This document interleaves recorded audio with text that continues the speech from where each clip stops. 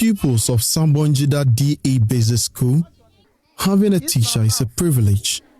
This my here. 2 trained teachers shoulder the responsibility of educating pupils from kindergarten to basic 6. Volunteers like Thomas, a senior high school graduate, step in to assist, but the results are troubling. So I'm coming here to teaching ABCD, to describe yourself, to the 1, 2, 3, 2. So that's why that I'm coming to be teaching for my children. ABC. Oh, sorry. A, B, C, D. Thomas tries his best, F, but his grasp of the English language and teaching methodology raises concerns. K, M. In one instance, the alphabet L was missing from the blackboard. Worse still, pupils are thought to pronounce M and N the same way, and these children repeat these errors with confidence. H, I, J, K, N. This is heartbreaking. These children are set up to fail before they even begin. I could not stand by and watch the blunder persist, so I intervened. There's an alphabet missing. What's it? H, I, J, K, N. L. So where's L? L is not there. So write the L there. Write the L. Okay, so this how to write the L. L is written this way. The situation grows grimmer. Yeah, you get it. I get it. The school has only 3 classrooms, forcing 2 different classes to share a single space. Teachers struggle to maintain focus and discipline while handling multiple levels at once. We are a lot of teachers. The whole school from KG1 to P6, we are only 2 teachers. Imagine, if you compare with me, the KG2 to P6, 2 teachers taking from KG2 to P6 is a burden to the teachers. We have KG1 to P6. And when you look at the structure, standing there is 2 classes in 1, which is very difficult for a teacher to be inside 1 class with 2 classes combined teaching. For pupils in kindergarten, their classroom is nothing more than a fenced area with blocks intended for construction now serving as furniture. These blocks were donated 5 years ago during the height of campaigning, but they were never used as promised. The little furniture there, they all like to sit on it. It will be a problem. They'll be there fighting, beating each other. Then if I didn't go there and arrange the blocks, I will arrange the blocks for them, to those who didn't get a sitting place to sit down. Then I put some blocks inside the classroom for them to sit down. Then have a learning successfully. Okay. The campaign time, the last election campaign time, that he came and molded the blocks there, that he wanted to build a classroom for the community or for the school. Then after winning, he didn't come back again. So it's the MP who molded the blocks down, and it's still lying down. I decided with my staff that now I even called the PTA meeting. Then we talk. I informed the office, the CISO. Then they said, in case the blocks are lying down, spoiling, and they are not doing anything, we can use it to what? To make a runner pit, or as we are saying, the KG is not having a sitting place, we can use it to fence around so that they can be sitting inside. So we use some of the blocks to fence the KG that will make the hut for them to be inside. The lack of support does not end there. The school is not part of the school feeding program, forcing pupils to walk home for meals. Many do not return, further disrupting their education. Our school feeding, we have written a letter. I've come to the head teacher. We have written a letter a lot to the district director, but no help, no voice coming out for us to help. The community is trying to keep the school afloat. Parents pay volunteers like Thomas in kind, working on their farm as laborers. They said they will sit down and decide either they will do contribution, they will contribute and pay them, or they will be helping them in their farms, the volunteers. Some of our children who are far away and they have completed, they are here, and we beg them so that when they help the head teacher to teach for some periods, then we, the parents, we help them in our farm so that we go and clear some land. We just raise some young men. This is what we used to help those who volunteer to help us. The head teacher and community leaders are calling on the government to act. They want more teachers, adequate classrooms, and inclusion in the school feeding program. A teacher is to teach somebody to also become somebody in future. Yes. So if I'm here to teach the children to become somebody more than me in future, and there's no place for me or for the children to learn and also become somebody in future, then how will I be happy? So that made me sad whenever I come here to teach. Our people in Sabonjida are crying. Whatever is here, we are looking for the government to come to our aid so that they will help us, so that our children will also get shade and sit and remove from the sitting under the tree, sitting under the shade, so that it will motivate some of our children so that they will also learn and go and be somebody in future. We are crying, government, come and into our aid. Be fair to us. I say again, be fair to us. Be fair to us, Sabonjida people. Be fair to us, government. Be fair to us. Basic education is the foundation of every child's future. But in Sabonjida, that foundation is crumbling. For these children, the dream of a brighter tomorrow seems distant. It is a call to action for policymakers to prioritize schools like this before it's too late. Emmanuel Jivenu, Joy News, Tatale Sangole, Northern Region. This my hand.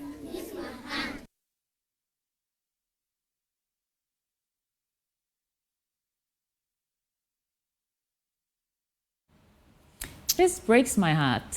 Kojo Brace, 2 teachers teaching from kindergarten to basic 6, volunteers stepping in, but the children are learning with missing alphabets.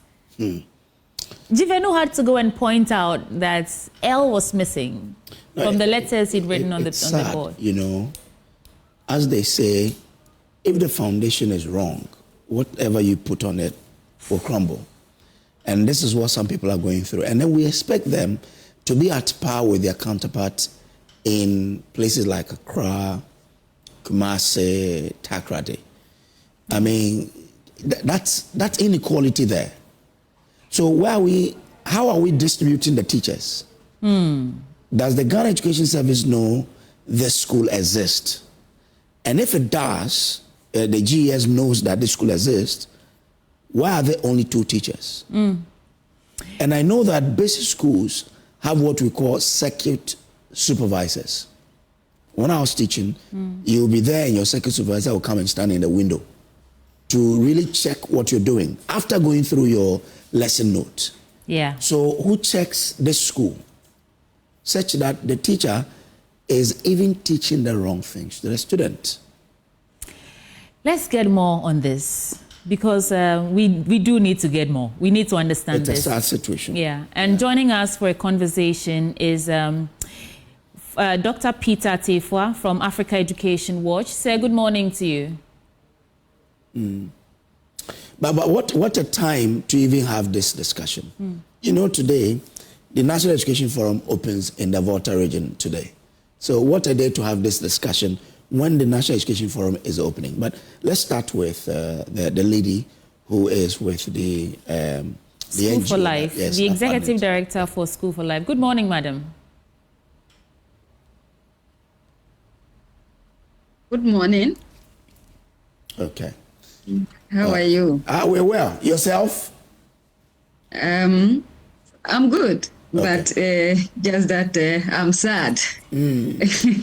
Well, Seeing the footages is not really a good thing to start our day with, but we live with it every day as we carry out interventions in these communities. okay. Now, Right. Now, what do you think is the basic contributory factor to what we are seeing? This must not be happening in the 21st century, Ghana. Indeed, you are right. This must not be happening in the 21st century. But the reality is it is happening. And what are we doing about it? To answer your question about what has accounted for this, I would say that, one, it has to do with the priority we have as a country.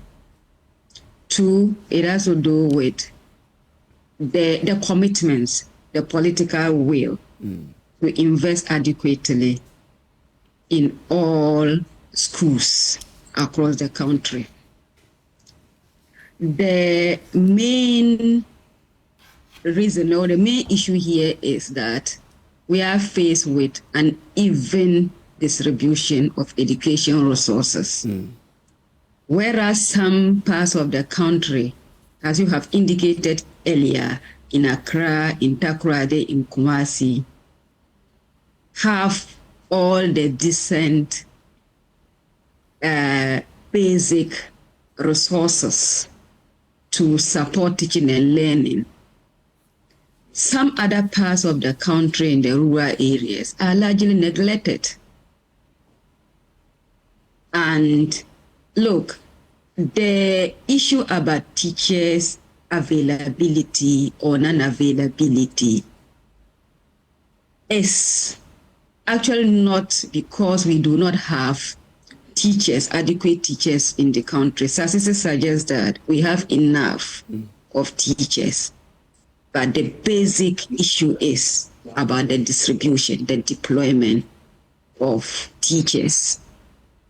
Whereas in urban schools, you have more than enough teachers, and teachers are practically maybe idling. In some other parts, as you have witnessed in the video, they would just have to contend with one or two teachers to deal with basic one, or sometimes even kindergarten 1 through to basic 6.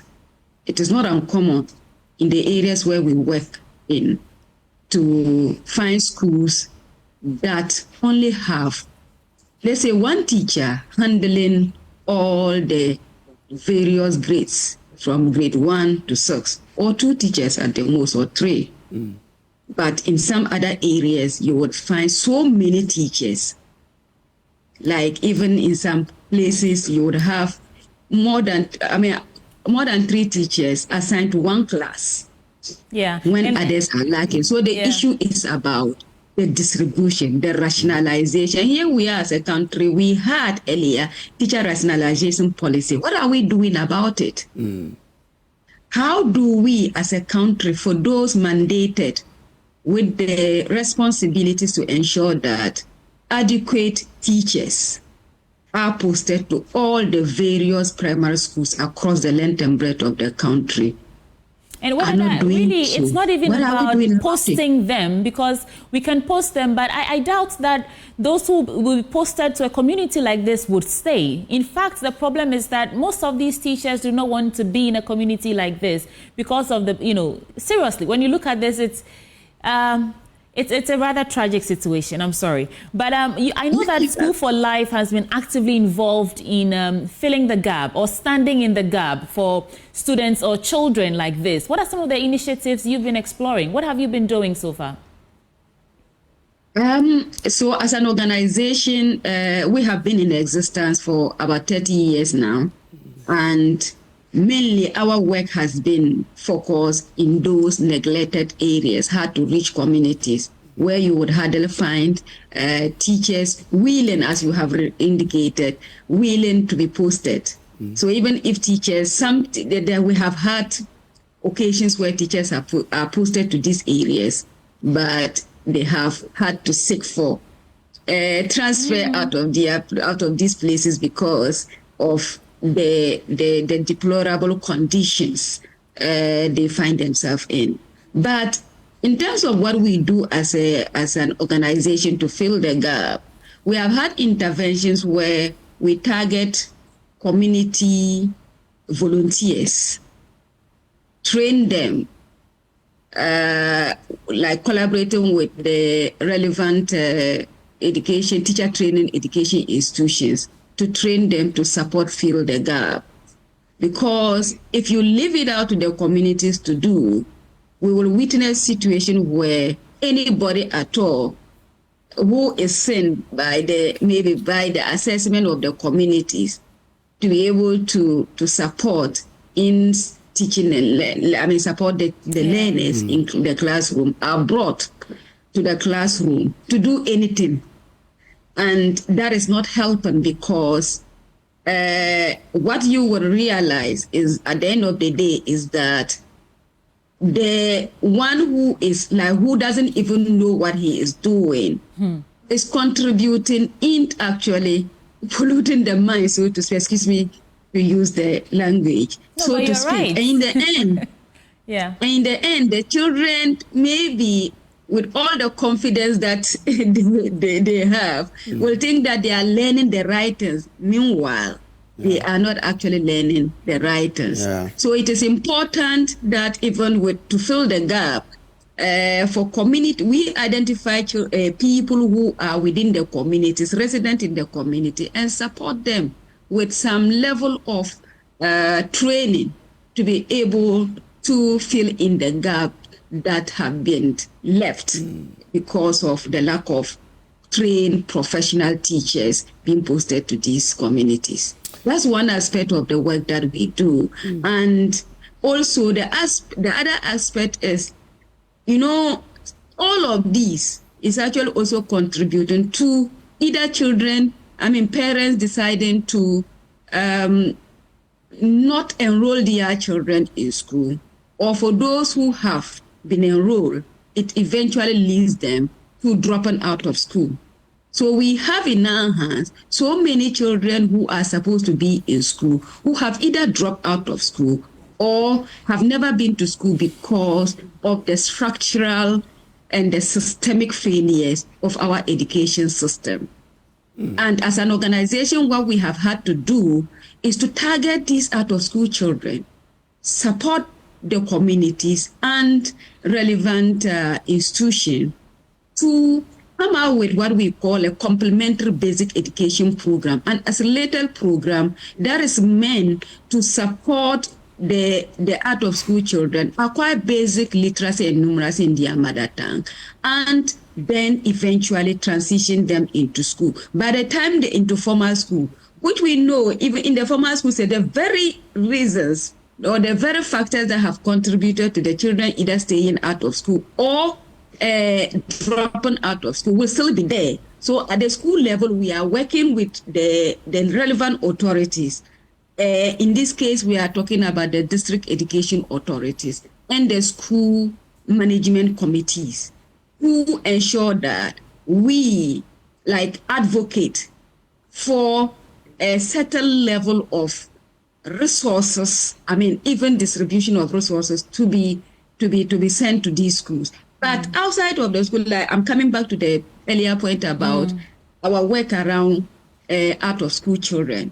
So we provide them with a related learning program. for a period, usually 9-month period. And by the time they finish the 9 months, they are able to transition into school. So we have in our hands so many children who are supposed to be in school who have either dropped out of school or have never been to school because of the structural and the systemic failures of our education system. And as an organization, what we have had to do is to target these out-of-school children, support the community and relevant institutions to be able to support fill the gap. they graduate from this program, they would have acquired basic literacy and numeracy skills. And we do so by training, as I've already indicated earlier, identifying resident people who are, they could be SSS leavers or even unemployed teachers who graduates who are in these communities, support them with some kind of training to provide this kind of accelerated learning program for the learners who, for one reason or the other, have been unfortunate to stay out of school.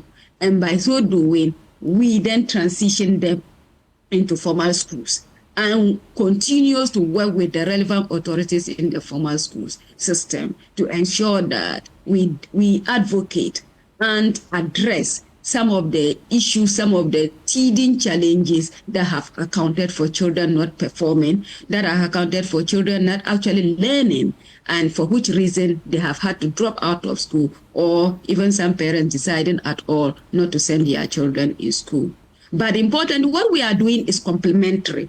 So to the government, at the end of the day, it is the government's responsibility to ensure that every Ghanaian child, regardless of where they are located, are provided with the necessary foundation. And by necessary foundation, we are talking about the requisite infrastructure, the requisite teaching and learning resources, including teachers, to support children have a very good start to their education. And with that, they will thrive in school, they will be successful. But if children have to contend with this kind of situation, is there any wonder that we as a country actually experience what we call the learning crisis? Yeah. Whereby children are practically, it is said that about 80% of children are not learning. They are unable to attain basic arithmetic, basic literacy at the end of basic 10. Is it any wonder that we are experiencing this? What you're doing is complementary. Now, how effective is it in terms of the untrained volunteers who are offering their skills and knowledge, no matter how limited it is? How effective is it, the work they're doing over there? Because from what we saw in the video, and in fact, just to drive home the points, we saw elderly children there. Do you think they're able to compete with, let's say, children from class 1, class 2 here in the Greater Accra region? In terms of numeracy, literacy, and arithmetic, like you're saying, are they able to compete? Your guess is as good as mine. I mean, it is clear from the footages that you have just seen that children over here or in these areas cannot confidently compete or favorably compete with children in grade 1, even sometimes even kindergarten, in the areas like in the well-to-do areas, because they are still battling with basic, because look, teacher is central to improving the quality of teaching and learning. And the teacher need to also be well equipped by way of training, by way of the knowledge and experience to be able to impart the relevant knowledge and skills for the child to learn and learn effectively. If the teacher, in this case, we are talking about a volunteer teacher who communities, because of their own interest and commitment to ensure that their children also attain some basic level of education, have had to identify anybody at all, excuse me, my language, who support, engage the children, because professional teachers are not available in these schools. So they have had to contend with that. And what we are witnessing at the end of the day is that the teacher in question does not even know what he or she is doing. So what kind of knowledge is he imparting?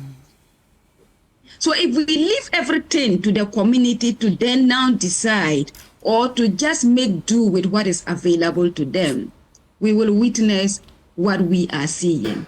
And I tell you, this is not just a one-off scenario. It is widespread across so many areas in this part of the country. To your question about whether what we are doing is effective, that's why I earlier said, like, what we do, we target and train them. It is different from when communities then have to decide on their own to just identify anybody at all to come and assist in the classroom. So I would say that to a large extent, what we do is very effective, especially for the work that we do around the out of school children, providing the assimilated learning program. I tell you that it's been effective over the years, over the 30 years that the organization has been in existence. We have worked with communities through these volunteer facilitators, that is what we call them, to provide basic literacy and numeracy for tens of thousands or hundreds of thousands of children who would otherwise not have had access to basic education.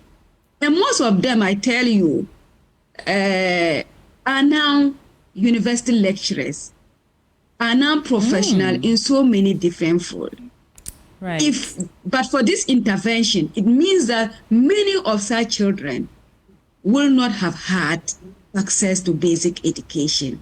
And that meant that their fate would have been sealed or doomed through no fault of theirs, but through our inability as a state, our inability as a nation to provide them with the necessary and relevant foundation in the area of requisite teaching and learning resources to have them have a good start to education. Now, I'm going back to the point I made earlier about the fact that our work is complementary, and we really are looking forward or looking towards to the government to get our basics really right, our priorities right, and ensure that we adequately invest in areas that are neglected for far too long. We need to have a program, a comprehensive program that target the rural parts of the country with intentional programs and investment to ensure that we bring them up to par with other schools in the well-to-do areas like Accra, like Kumasi, like Takoradi, Kofridua, and Co. Otherwise, if we continue to pay lip service to the challenges that are confronting rural folks, we will never get our basic education system right. Because what we will be doing is that we are neglecting tens of thousands of children who should be having access to education, but they are not having because we have not really ensured equitable distribution of resources across the country. For children who are supposed to benefit, which is a right for every Ghanaian child to be provided with basic education. And it is not just enough to say that we have schools that are there are schools that are even existing in name. It is important for us to ensure that for every school that the government is aware of, the adequate amount of resources are provided so as to ensure that we don't actually set them up for failure. But we are doing whatever we have to do to ensure that we provide them with the needed support and requisite resources to ensure that they start school with the right foundation. Let's get into specifics. We speak about the fact that there are more teachers in Ghana, but the distribution is what the challenge is. We've also spoken about the fact that teachers get sent to these areas and they will ask for transfers.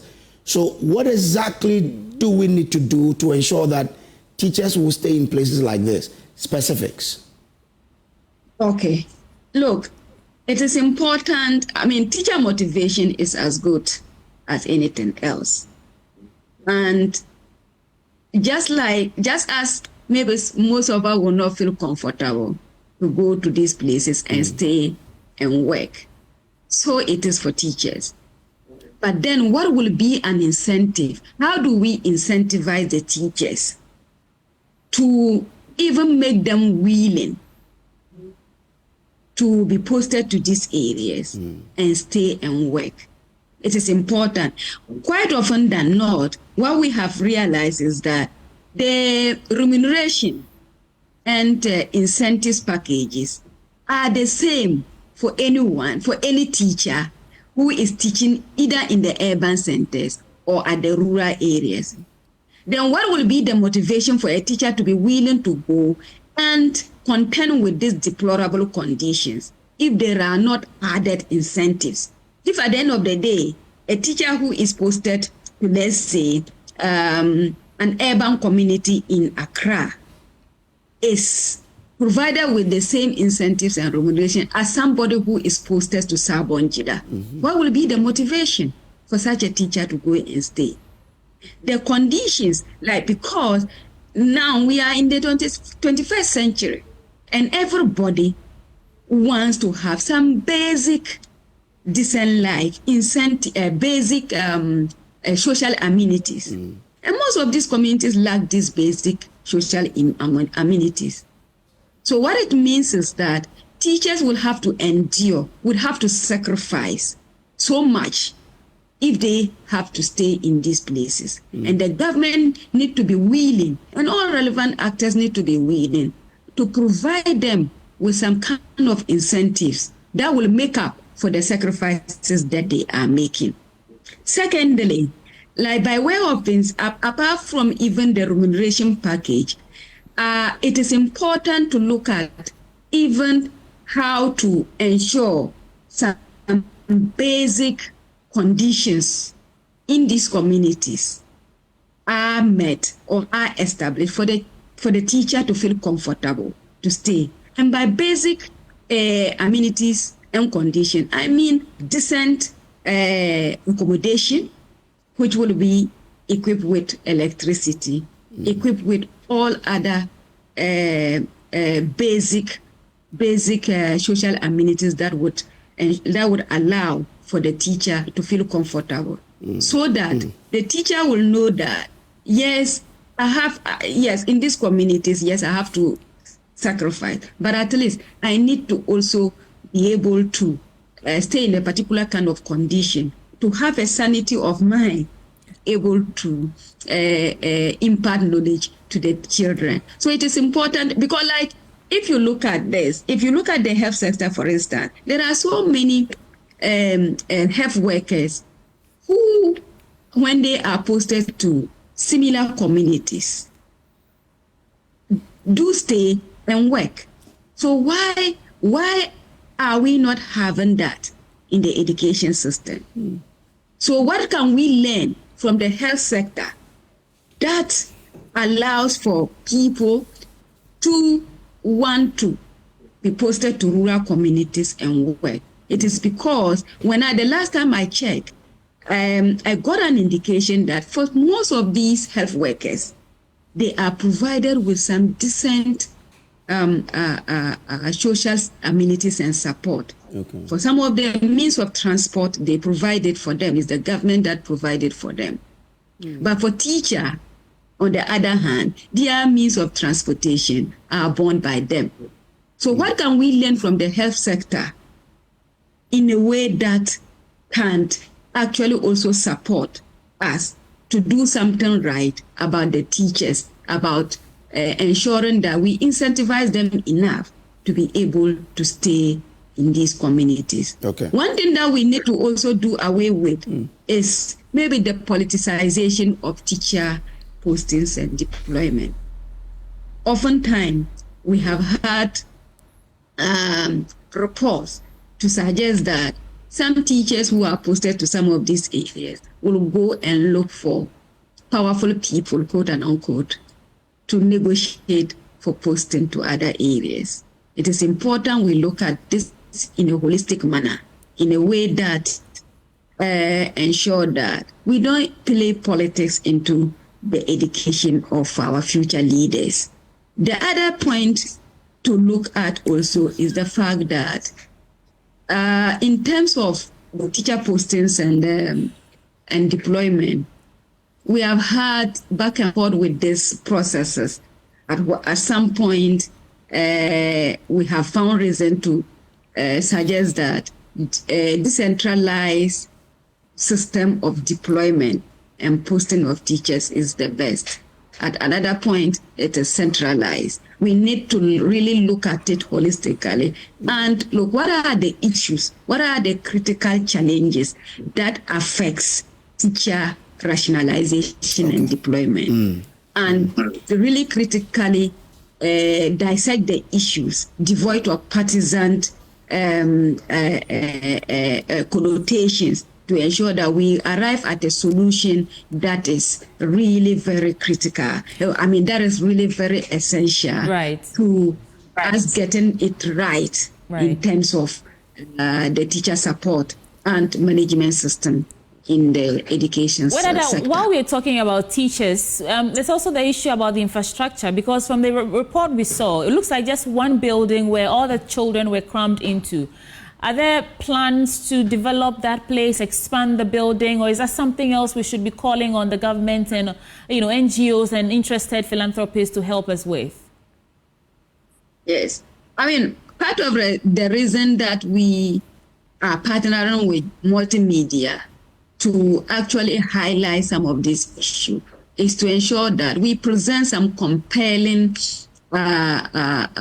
evidence to those who matter, to the relevant actors within the education space to act. It is to ensure that through our advocacy, we bring the plight of these children and communities to the limelight so that as a nation, we will begin to have the right kind of conversations to lead us to interventions and programs that would ensure that these basic infrastructure and education resources are provided evenly across the country.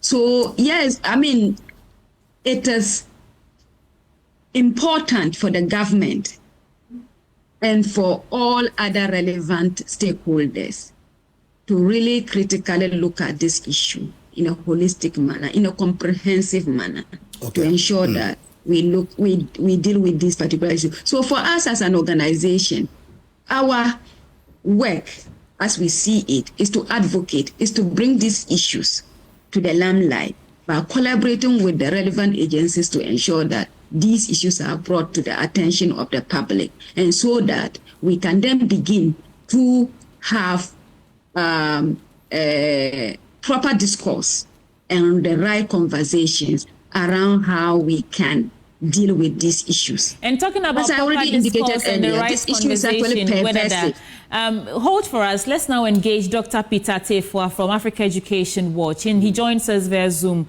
to also help us with his perspective on the matter. Sir, thank you for joining us. Good morning. Do we have Dr. Peter Tefua with us via Zoom? If you can hear us, unmute, sir. Sure. I'm around. Great. So, as a former Director of Education in the Northern Region, how do you assess the government's efforts in ensuring equitable teacher distribution, which is what, the real challenge is? Thank you very much, and let me use this opportunity to extend greetings to my colleagues at Africa Education Watch and to all my friends and good people who are working with the Ghana Education Service, and to WIDAT, School for Life. Yes, having worked from the from the south to the north, east and west, in education only, I know what it takes and how it is. With teacher distribution, it lies on the Director General of the Ghana Education Service. And when I say so, it is the Director General and his management team.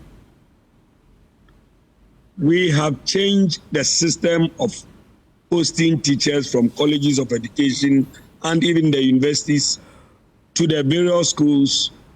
The processes have changed over time. There were times that teachers were allotted to various regional education directorates, and the regional director and his the district and municipal MMDA directors met to decide how to post or repost these teachers to the various schools. Now everything has been centralized. But the approach is also good because here this time schools directly declare their vacancies to their district directors, and their district directors forward them to the regional directors, who also send them to headquarters, that is Ghana Education Service in Accra. And so these vacancies are declared, and teachers are posted to the various schools to ensure equitable distribution of teachers or facilitators. Let me use the right word. Now, when teachers are posted, some of the things that also call for uneven distribution is that when the posting is done on paper, and then prospective facilitators will go for the appointment letters and the schools are on them. Within a short time, you see that the people that matter, I mean people in position, will go to either the headquarters or the regional directories to make changes to ensure that they put their relatives or their wards at places where they think that they have to feel comfortable. That is the main cause of this uneven distribution of teachers. Again, teachers are posted from, let's say, southern Ghana, from, say, Accra to far north, who cannot speak the language over there. And when they put them there, because for want of job, they have accepted to teach, they will accept to come. Within that same year, and after a year, you see most of them coming with a lot of excuses, indicating that they cannot stay. We have experienced a lot of these issues, and truly some of them come. I mean, you've been in charge of running such a system, and we've seen this complaint over the years. Why are we still struggling to finding a solution or dealing with the issue as it is? That is good. You have hit the nail right on the head. Why are we still having these challenges? You know, there's hierarchy. The hierarchy is there. The hierarchy of, I'm talking about those of us in the Ghana Education Service, right from the teacher up to the director.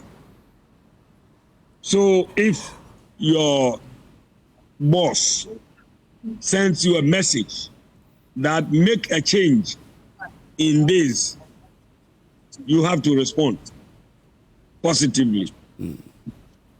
And this is the key. And I'm saying that if you don't do that, you are blacklisted. If you don't listen to your boss, you are blacklisted.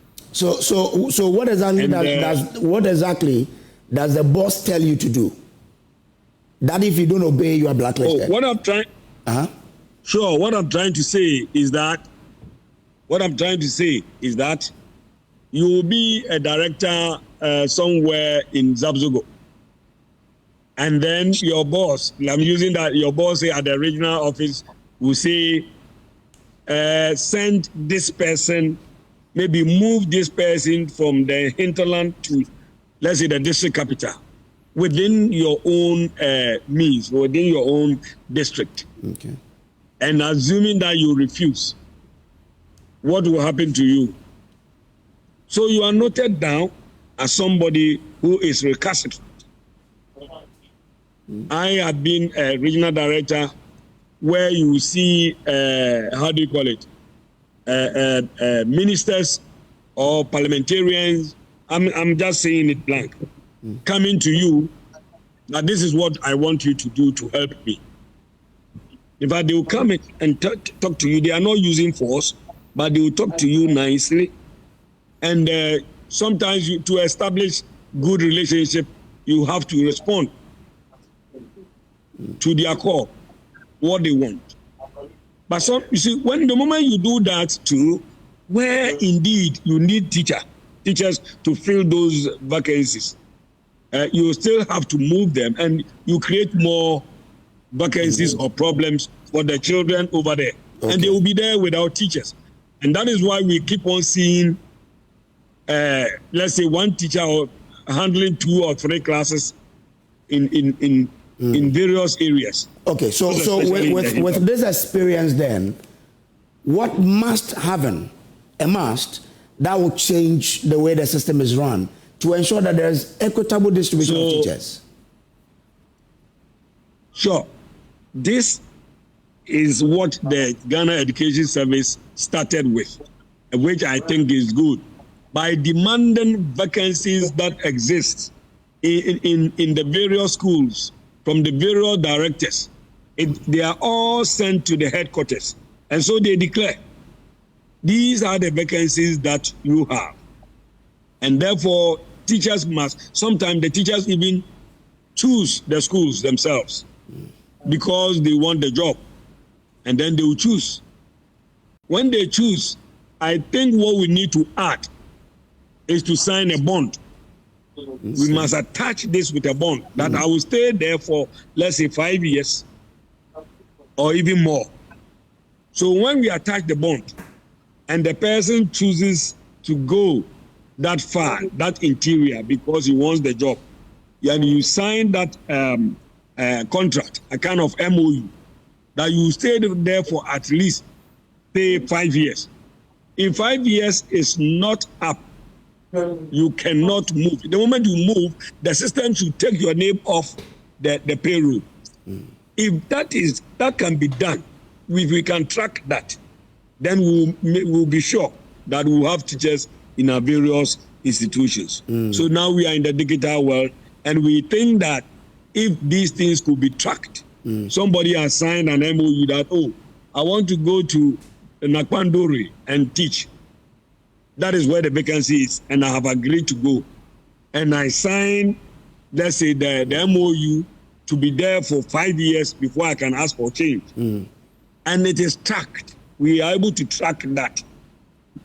That person cannot leave, because then when he leaves, the salary will not come. Okay. All right. If that could be done, then we are sure of getting our teachers at least 5 years, but we'll get more teachers to fill those vacancies. Okay. Doc, we're grateful to you for joining us here on our show. Dr. Peter Tefua, a senior education advisor at the Africa Education Watch. Earlier, you heard Wedada Saibu. She is executive director for the School for Life NGO there. Well, we'll have to take a break here. We'll be back with more on the AM show. But just before we go, Shuri. Yes, let's tell you very important things about Syntex Tank and SolarMate Ghana, because you want to select a solar system from our various solar packages ranging from 30,000 cedis to 99,000 cedis. And all our solar systems come with lithium-ion battery. So get a solar water heater, a solar home system, a solar power station, or a solar generator from 1,000 watts to 20,000 watts. We also sell reverse osmosis machines for water treatment. You can Google SolarMate Ghana to find us both on Facebook and on Instagram, or simply call us on 050-823-0470. SolarMate is also located at Adrian East Legon. SolarMate, we go everywhere. And Kojo will tell you about Medical's Hospital. Now, Medical's Hospital, a modern healthcare facility built with your recovery in mind. Spacious wards built with your family in mind. A warm and caring pediatric unit built with your children in mind. We have assembled some of the brightest minds in medicine, led by Dr. Yao Safo, the drive time doctor to serve you. We offer general medical services as well as specialist services in plastic surgery, obstetrics and gynecology, child health, urology, psychiatry, and eye care. So as I sit here and I struggle with my eye, I just need to go and see them and everything will be fine. Now, additionally, they offer a comprehensive medical diagnostic service encompassing endoscopy, medical laboratory services, x-rays and scans. A 24-hour pharmacy ensures you will always receive efficacious, safe and affordable medicines. We bring to you the most powerful medicine of all, simple human kindness and empathy. What you feel, we feel that with you. We take pride in holding ourselves to the highest attainable standards. We accept all forms of payment, including from private health insurance companies. You can locate Medicas Hospital at number 10 Kinto Street near Aseleboche School Junction. You can also reach us on 0501-477340, 0501-477340, or reach us on our social media at Medicas GH. Medicas Hospital, a place for your healing. Well, we'll take a break, but coming up next on the AM show, we'll be telling you the new development in terms of our students, Ghanaian students studying abroad, because the Foreign Affairs Ministry says it has established a special department in diplomatic missions abroad to prioritize the needs of students. We'll tell you more when we return from the break.